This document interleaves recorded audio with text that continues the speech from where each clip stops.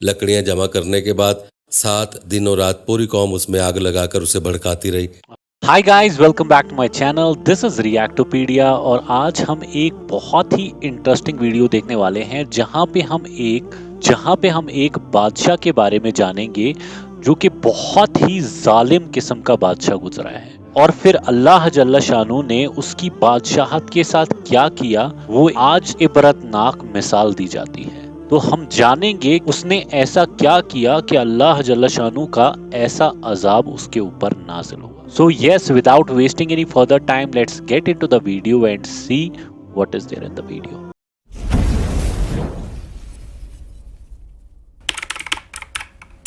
محترم ناظرین، اس کائنات میں ایسے ظالم اور بدبخت بادشاہ بھی گزرے ہیں کہ جو اپنے آپ کو خدا سمجھ بیٹھے تھے اور انہوں نے خدائی کا دعویٰ کر دیا تھا۔ انہی بادشاہوں میں سے ایک بادشاہ نمرود بھی تھا جس نے خدائی کا دعویٰ کر رکھا تھا۔ اس بادشاہ کا قصہ اللہ تعالیٰ نے اپنے پاک کلام میں بیان فرمایا ہے، اور یہ اس لیے بیان فرمایا کہ آنے والی نسلیں یہ جان سکیں کہ تکبر اور غرور صرف اور صرف اللہ کی ذات کو زیبا ہے۔ اللہ کے علاوہ جو کوئی تکبر و بڑائی کا دعویٰ کرے گا وہ نیست و نابود ہو جائے گا، جس طرح سے نمرود تباہ و برباد ہوا۔ ناظرین، اس واقعے میں آج کے فرعونوں کے لیے عبرت کا سبق ہے۔ آج کے معاشرے میں کچھ لوگ ہیں جو نمرود یا فرعون بننے کی کوشش کرتے ہیں۔ ایسے لوگوں کے لیے نمرود کا عبرتناک واقعہ پیش ہے تاکہ اس واقعے سے عبرت حاصل کریں اور ہوش کے ناخن لیں۔ ناظرین، سب سے پہلے تو آپ کو یہ بتاتے ہیں کہ نمرود کون تھا۔ آپ کو بتاتے چلیں کہ تفسیر ابن کثیر کے مطابق نمرود بادشاہ کا پورا نام نمرود بن کنان بن سام بن نو تھا۔ اس کا پایا تخت بابل تھا۔ اس کے نسب میں کچھ اختلاف بھی ہے۔ حضرت مجاہد فرماتے ہیں دنیا کی مشرق مغرب کی سلطنت رکھنے والے 4 ہوئے، جن میں سے 2 مومن اور 2 کافر۔ مومنوں میں حضرت سلیمان بن داؤد اور حضرت ذوالقرنین، اور کافروں میں نمرود اور بخت نصر۔ چونکہ ایک مدت مدید اور عرصہ بعید سے یہ بادشاہ چلا آتا تھا، اس لیے دماغ میں رونت اور انانیت آ گئی تھی۔ سرکشی اور تکبر، نخوت اور غرور طبیعت میں سما گیا تھا۔ بعض لوگ کہتے ہیں 400 سال تک حکومت کرتا رہا تھا۔ مفسرین کا بیان ہے کہ نمرود بن کنان بڑا جابر بادشاہ تھا۔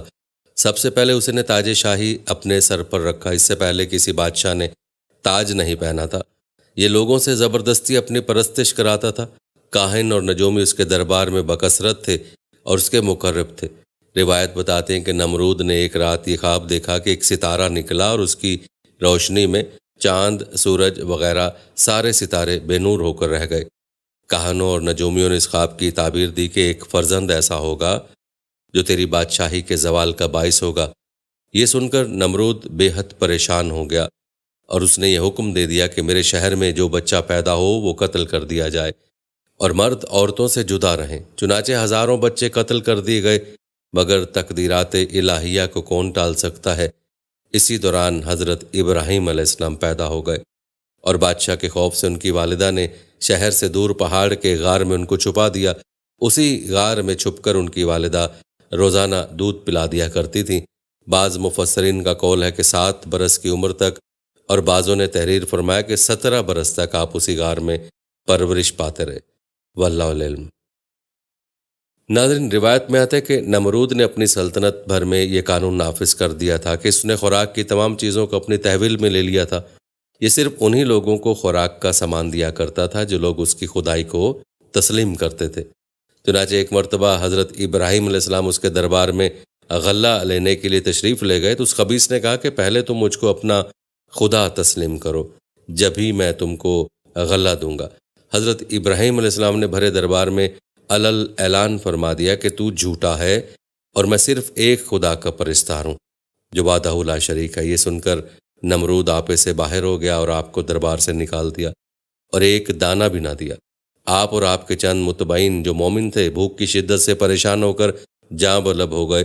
اس وقت آپ ایک تھیلا لے کر ایک ٹیلے کے پاس تشریف لے گئے اور تھیلے میں ریت بھر کر لائے اور خداوند قدوس سے دعا مانگی تو وہ ریت آٹا بن گئی، اور آپ نے اس کو اپنے متبعین کو کھلایا اور خود بھی کھایا اور اپنی دعوت و تبلیغ کو جاری رکھا۔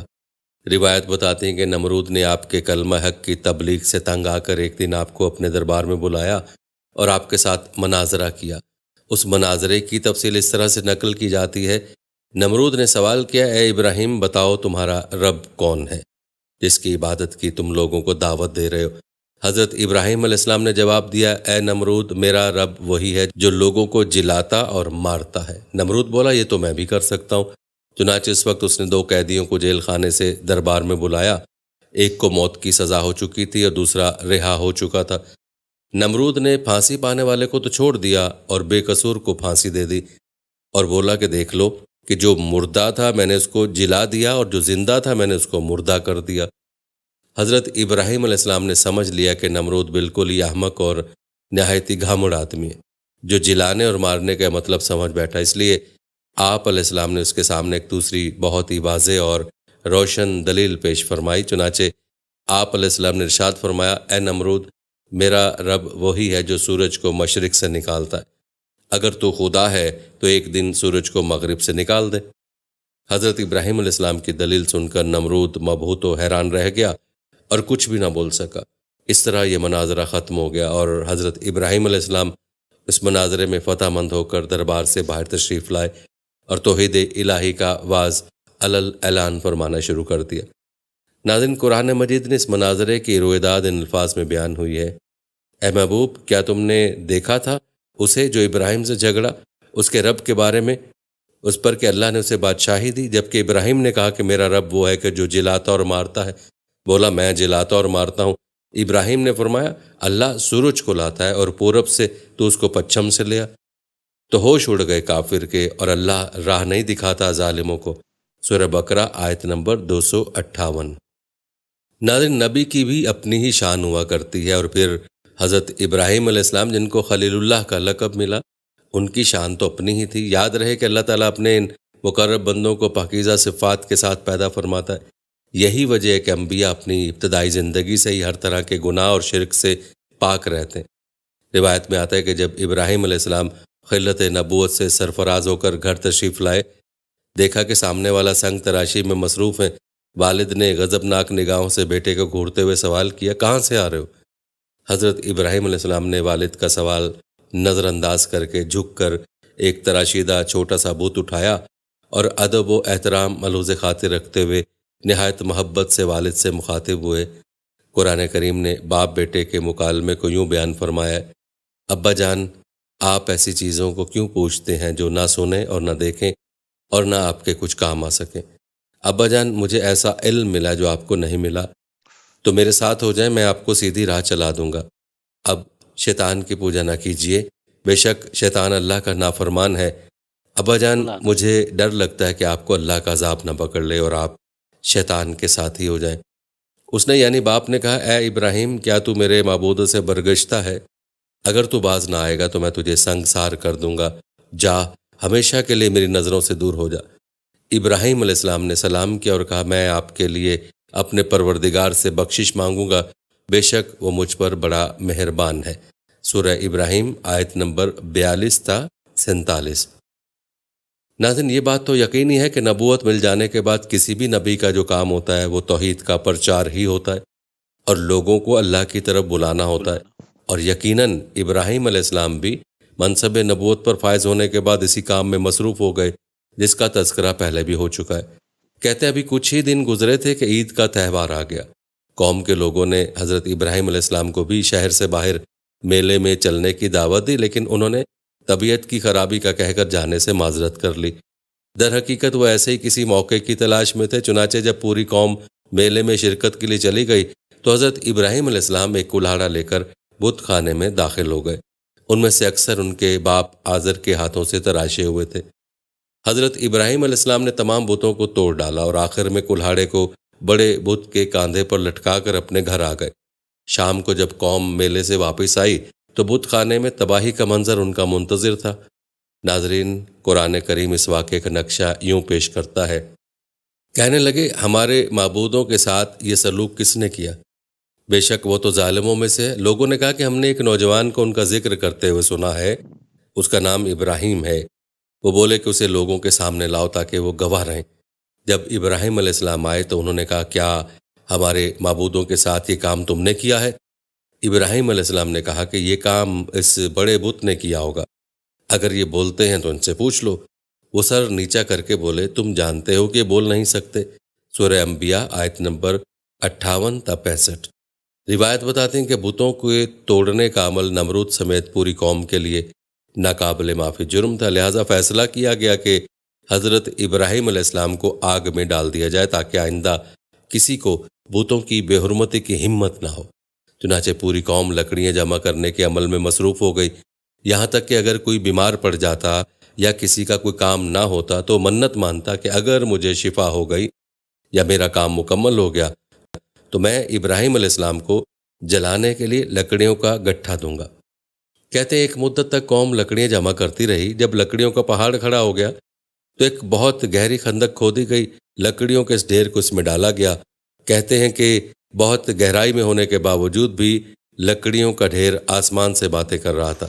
جس دن لکڑیوں کے ڈھیر میں آگ لگائی جانی تھی اس سے پہلے شیطان نمرود کے دربار میں پہنچا اور بولا بادشاہ سلامت، جب لکڑیوں کے اس پہاڑ میں آگ لگے گی تو اس کی تپش کی وجہ سے کوئی بھی اس کے قریب نہ جا سکے گا، لہٰذا آپ ابراہیم علیہ السلام کو آگ میں کیسے ڈالیں گے؟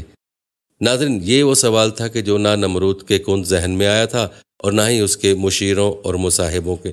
شیطان نے جب نمرود کو پریشان دیکھا تو فوراً بولا تم پریشان کیوں ہوتے ہو؟ میں ہوں نا، تم بس ایسا کرو اپنا ایک بہترین شخص میرے حوالے کر دو، میں اسے ایک ایسی مشین بنانا سکھا دوں گا جس سے کسی بھی چیز کو کافی دور تک پھینکا جا سکتا ہے۔ چنانچہ قوم میں سے ایک بہترین کاریگر کو تلاش کر کے شیطان کے حوالے کر دیا گیا۔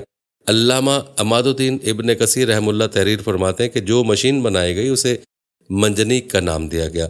سنگ باری کی دستی مشین ایک مقام پر کھڑی کر دی گئی۔ کہتے ہیں منجنیق بنانے والے شخص کا نام ہیزن تھا۔ وہ دنیا کا پہلا انسان تھا جس نے منجنیق بنائی، جس کی پاداش میں اللہ تعالیٰ نے اسے زمین میں دھسا دیا اور وہ قیامت تک زمین میں دھستا ہی رہے گا۔ ناظرین، تاریخی روایت میں آتا ہے کہ شہر کے لوگ کئی ماہ تک میدان میں لکڑیاں جمع کرتے رہے۔ دراصل قوم نمرود لکڑیاں جمع کرنے کا کام اپنے باطل معبودوں کی خوشنودی کے لیے کر رہی تھی تاکہ پتھر کے وہ سب معبود ناراضی ختم کر دیں اور حضرت ابراہیم علیہ السلام کے ہاتھوں ہونے والے نقصان کی تلافی ہو سکے۔ لکڑیاں جمع کرنے کے بعد 7 دن اور رات پوری قوم اس میں آگ لگا کر اسے بھڑکاتی رہی، یہاں تک کہ اس کے شعلے فضا میں آسمان تک اس قدر بلند ہو گئے کہ اگر کوئی پرندہ اس پر سے گزر تو جل جائے۔ آگ اپنے غیظ و غضب کے ساتھ بھڑک رہی تھی۔ اللہ کے خلیل کو موٹی رسیوں میں جکڑ کر منجنیق کے پلڑے میں بٹھا دیا گیا۔ ابلیس کے مکروہ چہرے پر شیطانی مسکراہٹ تھی۔ وہ بھیس بدل کر اس پورے عمل کی نگرانی کر رہا تھا۔ جس وقت پیغمبر خدا منجنیق کے ذریعے آگ کے اس خوفناک سمندر میں ڈالے جانے والے تھے، اس وقت ملائکہ سمیت زمین و آسمان کی سب مخلوقات چیخ اٹھی کہ یا رب، تیرے خلیل پر کیا قیامت گزر رہی ہے۔ رب تعالیٰ نے فرمایا جاؤ، اگر مدد کر سکتے ہو تو کرو۔ فرشتوں نے مدد کرنے کے لیے حضرت ابراہیم علیہ السلام سے اجازت چاہی تو آپ علیہ السلام نے فرمایا کہ میرے لیے اللہ کافی ہے، وہ میرا حال دیکھ رہا ہے۔ جبریل امین نے عرض کیا آپ کو مجھ سے کسی قسم کی مدد کی حاجت ہے تو حکم کریں، میں حاضر ہوں۔ فرمایا حاجت تو ہے مگر آپ کی طرف سے نہیں بلکہ اپنے رب کی طرف سے۔ قصص الانبیاء میں مولانا مفتی محمد شفیع صفحہ نمبر 175 میں لکھتے ہیں۔ ناظرین، علامہ ابن کثیر تحریر فرماتے ہیں کہ جب مشرکین حضرت ابراہیم علیہ السلام کو منجنیق میں بٹھانے لگے تو اس وقت حضرت ابراہیم علیہ السلام اس دعا کو ورد زباں بنائے ہوئے تھے، لا الہ الا انت سبحانک رب العالمین لک الحمد و لک الملک لا شریک لک۔ اور حضرت امام بخاری نے حضرت ابن عباس سے روایت کی ہے کہ جب حضرت ابراہیم علیہ السلام کو آگ میں پھینکا گیا تو انہوں نے کہا حسبنا اللہ و نعم الوکیل، ہمیں اللہ ہی کافی ہے اور وہ بہترین کارساز ہے۔ اسی طرح حضرت ابو ہریرہ رضی اللہ تعالیٰ عنہ سے مروی ہے کہ رسول اکرم صلی اللہ علیہ وآلہ وسلم نے فرمایا جب حضرت ابراہیم علیہ السلام کو آگ میں ڈالا گیا تو انہوں نے کہا اے میرے اللہ، تو آسمان میں تنہا ہے اور زمین میں تیری عبادت کرنے والا تنہا۔ ناظرین، اگرچہ اس حوالے سے روایت مختلف ہیں لیکن حاصل کلام یہ ہے کہ حضرت ابراہیم علیہ السلام نے اپنے رب کو ہی پکارا اور فرشتوں کی مدد لینے سے انکار کر دیا۔ پھر اللہ تعالیٰ نے براہ راست آگ کو مخاطب کیا جیسا کہ ارشاد باری تعالیٰ ہے، اور ہم نے حکم دیا اے آگ ٹھنڈی پڑ جا اور ابراہیم علیہ السلام کے لیے سلامتی والی بن جا۔ سورہ انبیاء میں ہے۔ علماء فرماتے ہیں کہ اگر اللہ تعالیٰ ٹھنڈی کے ساتھ سلامتی والا نہ کہتا تو اس آگ کی ٹھنڈک حضرت ابراہیم علیہ السلام کے لیے ناقابل برداشت ہوتی۔ بہرحال یہ ایک بڑا معجزہ ہے جو آسمان سے باتیں کرتی ہوئی دہکتی بھڑکتی آگ کے گل و گلزار بن جانے کی صورت میں حضرت ابراہیم علیہ السلام کے لیے اللہ کی مشیت سے ظاہر ہوا، اور اس طرح اللہ نے اپنے نبی کو مشرکین کی شیطانی سازشوں سے محفوظ فرمایا۔ علامہ ابن کثیر قصص الانبیاء میں تحریر کرتے ہیں کہ ابن عباس اور سعید بن مسیب سے مروی ہے کہ جس وقت حضرت ابراہیم علیہ السلام کو آگ کے سپرد کیا جا رہا تھا، اس وقت بارش برسانے والا فرشتہ سخت اضطراب اور پریشانی کے عالم میں کہہ رہا تھا کہ کب مجھے حکم ملے گا کہ میں موسلا دھار بارش برساؤں، لیکن اللہ کا حکم اس کی سوچ سے بھی زیادہ برق رفتار تھا، اور اللہ نے خود ہی آگ کو حکم فرما دیا تھا۔ روایت بتاتے کہ نازک لمحات میں حضرت جبرائیل علیہ السلام حضرت ابراہیم علیہ السلام کے ساتھ تھے، اور آپ علیہ السلام کی جبین اطہر پیشانی سے پسینہ پہنچ رہے تھے، اور اس پسینے کے علاوہ کوئی اور تکلیف آپ کو نہیں پہنچی۔ جیسا کہ حضرت کعب بن احبار رضی اللہ تعالیٰ عنہ بیان فرماتے ہیں کہ جس روز حضرت ابراہیم علیہ السلام کو آتش نمرود کے سپرد کیا گیا، اس روز آگ سے تپش و گرمائش ختم کر دی گئی تھی، جس کی بنا پر نہ لوگوں کے چولہے گرم ہو سکے اور نہ ہی آگ سے کوئی کام لیا جا سکا۔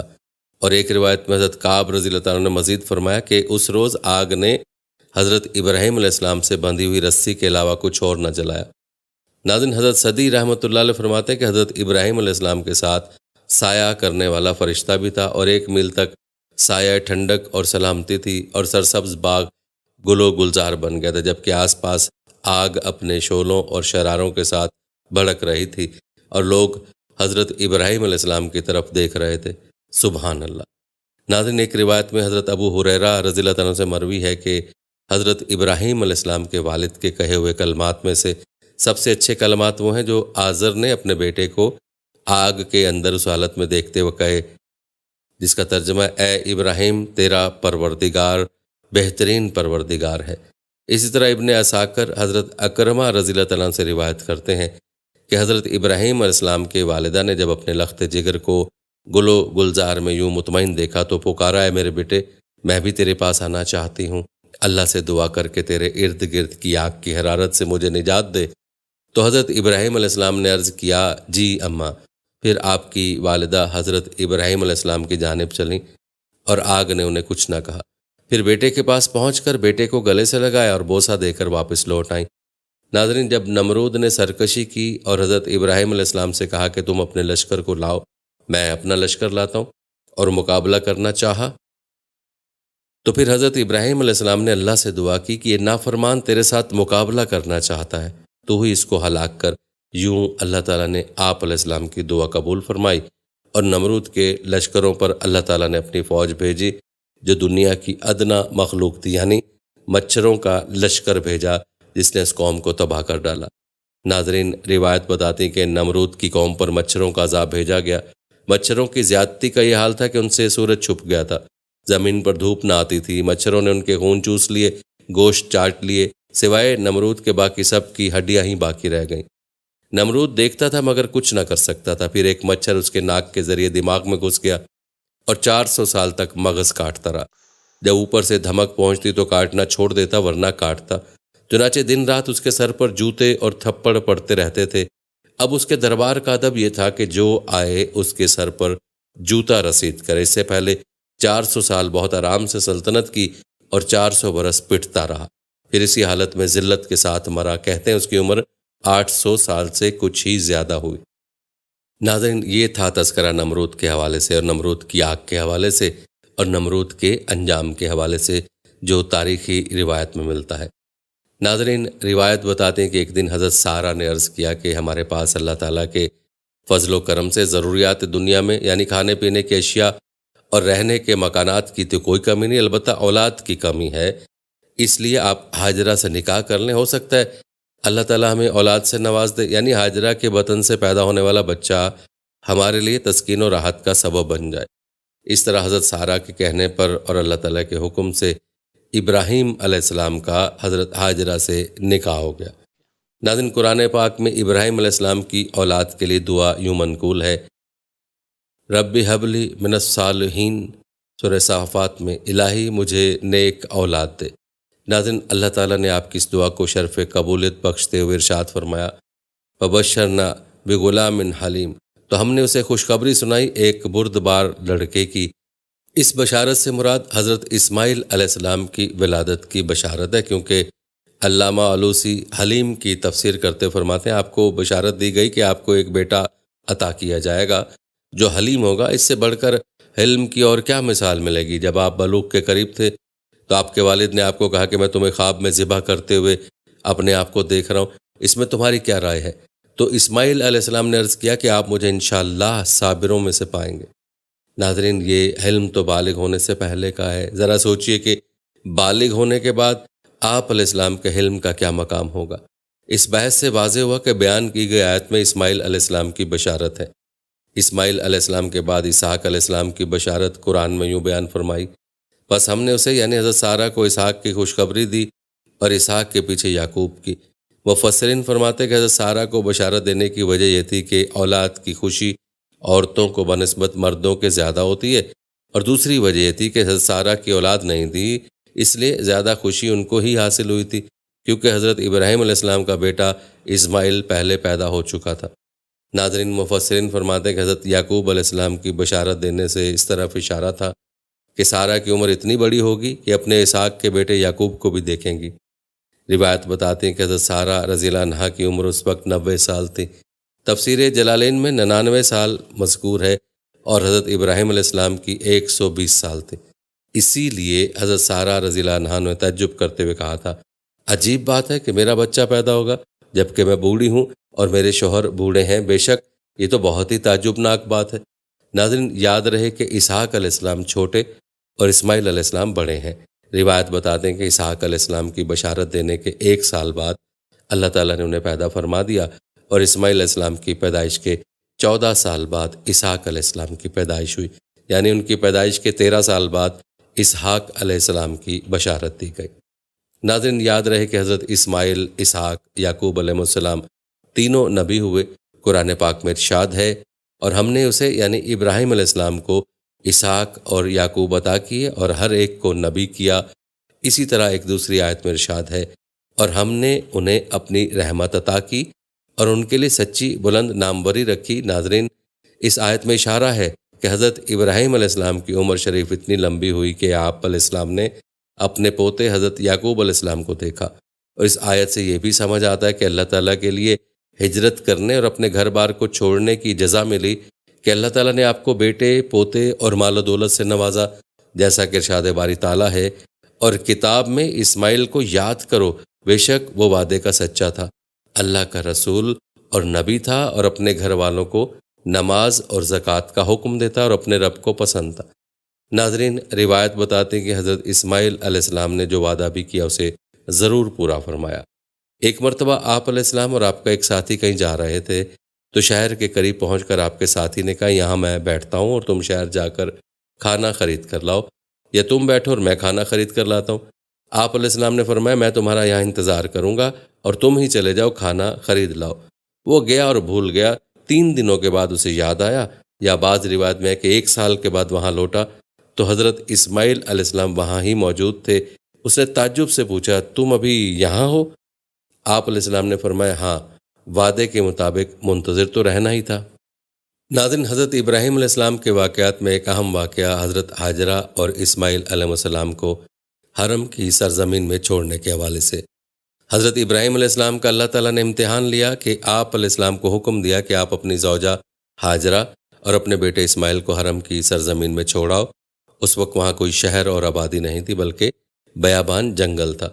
ناظرین، مفسرین کے نزدیک آپ علیہ السلام کو وہاں چھوڑنے کا حکم دینے میں ایک تو امتحان لینا مقصود تھا، پھر کعبہ شریف کی تعمیر اور مکہ مکرمہ کو آباد کرنا مقصود تھا، اور حضرت سارہ سے ہجرت کے وقت جو وعدہ کیا تھا کہ تمہاری بات مانی جائے گی، اس وعدے کا پاس کرانا بھی مقصود تھا، کیونکہ حضرت سارہ نے پہلے تو ہاجرہ سے نکاح کرنے کا مشورہ دیا، لیکن حضرت اسماعیل کی پیدائش کے بعد اپنی اولاد نہ ہونے پر غیرت بھی کھائی اور اللہ کے حضور درخواست کی کہ ابراہیم کو حکم دو کہ اپنے اس بیٹے اور اپنی زوجہ ہاجرہ کو مجھ سے دور چھوڑ دیں۔ اللہ تعالیٰ نے ان کی دعا قبول کرتے ہوئے آپ کو حکم دیا کہ آپ ان کو حرم کی سرزمین میں چھوڑاؤ۔ ناظرین، روایت بتاتی کہ جہاں آج زمزم ہے وہاں ایک درخت تھا۔ اس وقت نہ مکہ تھا اور نہ ہی کسی انسان کا وہاں بسیرا تھا، اور وہاں پانی بھی نہیں تھا۔ آپ علیہ السلام نے ایک تھیلے میں کچھ کھجوریں اور ایک مشکیزے میں کچھ پانی ماں بیٹے کے حوالے کرتے ہوئے ان کو زمزم کی جگہ ایک درخت کے نیچے چھوڑتے ہوئے واپس لوٹے تو حضرت ہاجرہ نے آپ کا پیچھا کرتے پوچھا، اے ابراہیم، آپ ہمیں یہاں چھوڑ کر کہاں جا رہے ہیں؟ یہاں کوئی ہمارا غمخوار مونس و ہمدم نہیں، اور نہ ہی یہاں کوئی آبادی ہے کہ کھانے پینے کی چیز مل جائے۔ کئی مرتبہ ہاجرہ کے پوچھنے پر بھی آپ علیہ السلام نے کوئی جواب نہ دیا، تو پھر حضرت ہاجرہ نے پوچھا، کیا اللہ تعالیٰ نے آپ کو یہ حکم دیا ہے؟ آپ علیہ السلام نے فرمایا ہاں۔ تو حضرت ہاجرہ نے کہا، اچھا، ہمیں اللہ تعالیٰ ضائع نہیں کریں گے۔ یہ کہتے ہوئے واپس اپنی جگہ پر لوٹ آئیں۔ روایت بتاتی کہ حضرت ابراہیم علیہ السلام ایک گھاٹی کے پاس پہنچے جہاں سے آپ علیہ السلام کو اپنی زوجہ اور بیٹا نظر نہیں آ رہے تھے۔ آپ علیہ السلام نے بیت اللہ شریف کی طرف توجہ کی۔ اس وقت صرف بیت اللہ کی بنیادیں ایک ٹیلے کی مانند نظر آتی تھیں۔ یہاں آپ علیہ السلام نے یوں دعا کی، اے ہمارے رب، میں نے بسا دیا اپنی کچھ اولاد کو اس وادی میں جس میں کھیتی باڑی نہیں، تیرے حرمت والے گھر کے پڑوس میں۔ اے ہمارے رب، یہ اس لیے کہ تاکہ وہ نماز قائم کریں، پس کر دے لوگوں کے دلوں کو کہ وہ شوق و محبت سے ان کی طرف مائل ہوں، اور انہیں رزق دے پھلوں سے تاکہ وہ تیرا شکر ادا کریں۔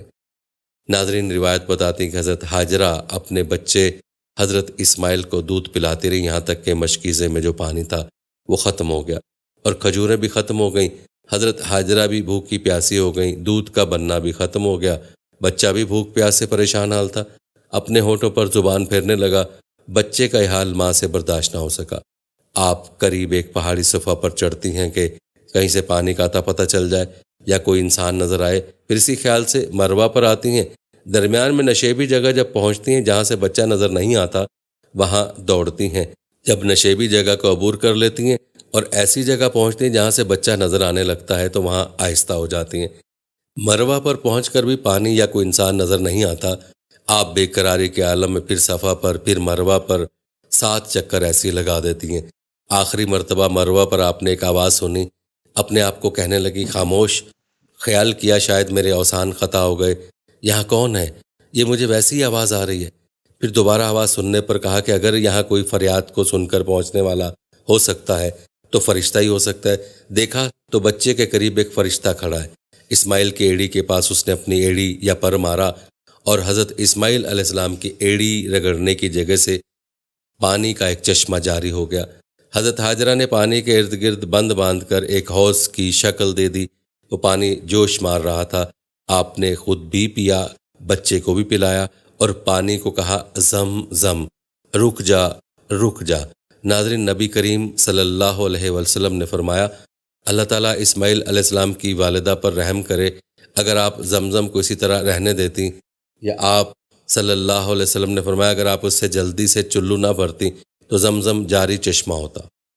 روایت بتاتے کہ اسی طرح حضرت ہاجرہ رضی اللہ عنہا نے جب چشمے سے پانی پیا تو آپ کا دودھ بھی جاری ہو گیا جو بچے کو پلایا، اور فرشتے نے آپ کو کہا، تم کوئی خوف نہ کرو کہ تم ضائع ہو جاؤ گی، بے شک یہاں بیت اللہ ہے، اس کی تعمیر یہ بچہ اور اس کا باپ کریں گے، بے شک اللہ تعالیٰ اپنے مقربین کے اجر کو ضائع نہیں کرتا۔